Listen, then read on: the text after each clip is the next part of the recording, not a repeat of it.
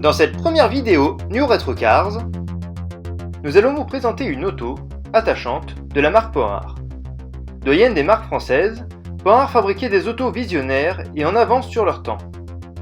Le modèle mis en lumière aujourd'hui sera la Dyna Panhard 54 modèle Z1. Elle a la particularité d'être totalement en aluminium. Cet exemplaire est dans l'ensemble assez sain, mais présente des réparations de carrosserie hasardeuses à base de mastic sans redressage et d'un choc arrière au niveau de l'aile passager. Elle a la particularité d'être une aux premières mains et d'avoir été stockée depuis 1972 dans le garage familial. Et détail intéressant, son carnet d'entretien rempli jusqu'à son arrêt. À la disparition de la propriétaire, la famille décide de céder la Dyna uniquement à un passionné. Chose faite, c'est à bord de notre vénérable 530D que nous prenons la route pour un voyage épique. À son arrivée, une vidange, une batterie, un coup de démarreur et on regarde ce que ça donne.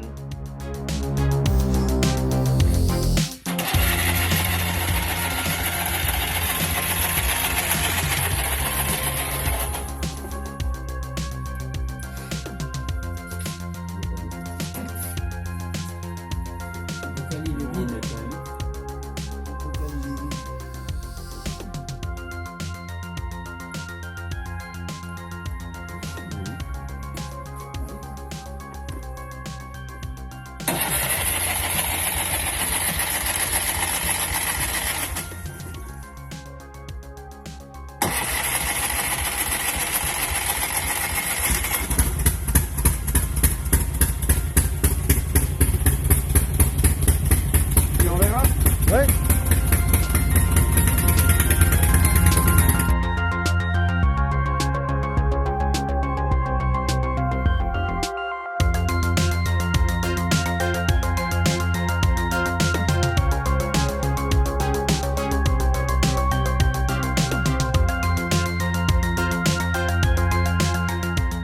Le but du démontage sera d'expertiser l'équipement mobile, la segmentation, les pistons, les roulements de vilebrequin et changer le pignon de distribution en matière synthétique par un pignon aluminium.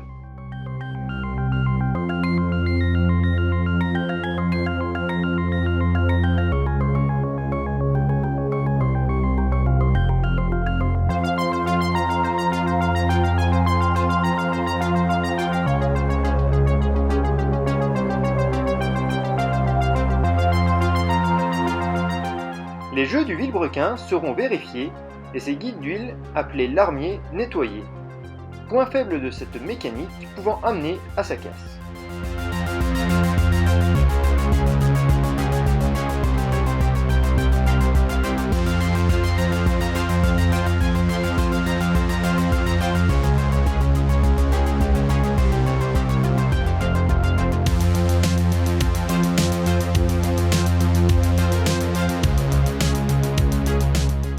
Après un nettoyage, voici l'état général de la voiture.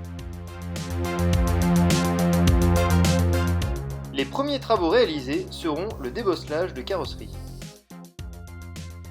dégrafage du ciel de toit, débosselage du pavillon, afin de retrouver l'aluminium sain.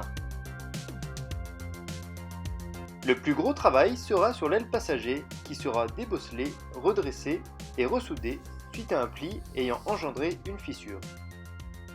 La carrosserie étant en duralinox, alliage d'aluminium, composé de cuivre, zinc et manganèse, sa soudure nécessite une technique particulière et une certaine compétence, plus contraignante que pour l'acier. L'ensemble des éléments redressés recevront un apprêt brun-rouge conformément à l'origine. Les feux arrière rajoutés seront supprimés pour retrouver une configuration d'origine. Le capot est le seul élément qui devra être changé, l'original ayant été remplacé par un acier dans les années 60 suite à un choc. La recherche d'un aluminium a été compliquée, mais nous l'avons à ce jour. Les recherches de pièces spécifiques se sont poursuivies avec le verre de phare Cyclope, la réparation des plastiques de feu et sa bande d'éclairage.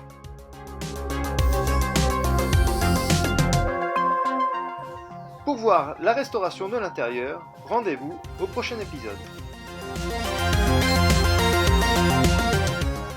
Merci de suivre cette aventure et rendez-vous au prochain numéro.